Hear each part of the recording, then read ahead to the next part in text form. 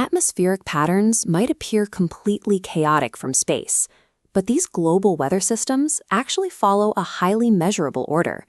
In 1918, V. Köppen mapped this order by tracking how plant life distribution corresponds to long-term temperature and precipitation.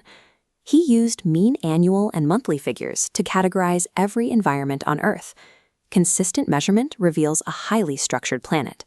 His map divides the world into 5 groups. Group A covers tropical humid, B is dry, C is warm temperate, D is cold snow forests, and E covers polar climates. These categories organize the Amazon and Sahara into specific zones defined by heat and rainfall. While these boundaries appear fixed on a map, the Earth's climate is a dynamic system capable of shifting. The climate zones we recognize today stabilized roughly 10,000 years ago, marking the start of our current interglacial period. Archaeological finds prove these zones change over time. The Rajasthan Desert once supported the Harappan civilization with a cool, wet climate before dry conditions took over. These ancient shifts result from orbital mechanics. The Milankovitch oscillations describe a slow wobble in Earth's tilt that changes the solar energy we receive. Massive volcanic eruptions contribute to these shifts by ejecting aerosols that block solar radiation and cool the planet. These natural drivers operate over millennia, creating a slow rhythm that defines the history of the planet. This rhythm changed in the 20th century. Global temperatures rose sharply, with the 1990s recording the highest temperatures of the millennium.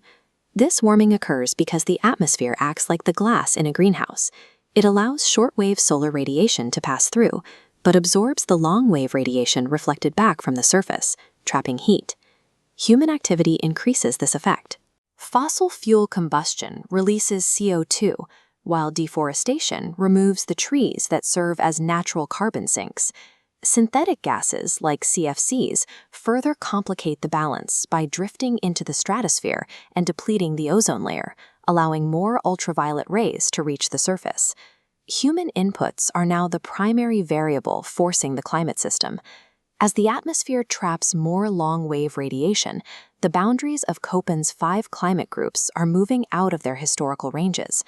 Because carbon dioxide takes 20 to 50 years to adjust in the atmosphere, the warming observed today represents a trajectory already set. We have entered a period where climate zones are actively migrating across the map. The physical consequences are visible in the polar climates of Group E, where melting sea ice and thermal expansion are raising global sea levels. Evidence of this shift has moved from academic journals into the public consciousness. Geopolitical efforts to address the trend led to the 1997 Kyoto Protocol, which committed industrialized nations to reducing emissions below 1990 levels.